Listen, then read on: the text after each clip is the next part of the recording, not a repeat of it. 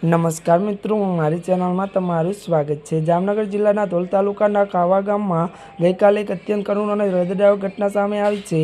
ત્યારે ખારવા ગામના રહેવાસી અને ધોળની ધારેશ્વર ડેરીમાં પોતાની રિક્ષા લઈને દૂધ પહોંચાડવાનું કામ કરતા ખેગારભાઈ નોંધાભાઈ મુંદવાના નામના 38 વર્ષીય યુવાનનું હાર્ટ એટેક આવી જવાથી આકસ્મિક અવસાન થયું છે। ગઈકાલે ખેગારભાઈને અચાનક છાતીમાં તીવ્ર દુખાવો ઉપડ્યો હતો। આથી પરિવારજનો દ્વારા તેમને તાત્કાલિક અસરથી સારવાર માટે ધોલની સરકારી હોસ્પિટલ ખસેડવામાં આવ્યા હતા।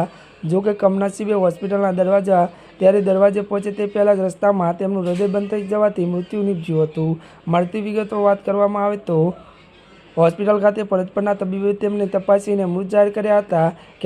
ત્યારે ખેગારભાઈ ધોલ ધારેશ્વર ડેરીમાં કાર્યરત હોવાથી તેમના નિધનના સમાચાર મળતા તેમના સહકર્મચારીઓ અને ડેરીના સ્ટાફ પણ ઘેરા શોકની લાગણી પસરી ગઈ હતી। મૃતક ખેગારભાઈને સંતાનમાં 3 પુત્રી અને જેમની તેની પિતૃપા ત્યારે પિતાની છત્રછાયા ગુમાવતા મુંદવા પરિવાર પર આપ ફાટી પડ્યું હતું। ત્યારે મિત્રો અત્યાર માટે બસ આટલું જ। અમારી ચેનલમાં નવા હોય તો અમારી ચેનલને લાઇક, શેર અને સબસ્ક્રાઈબ કરી દેજો। ધન્યવાદ।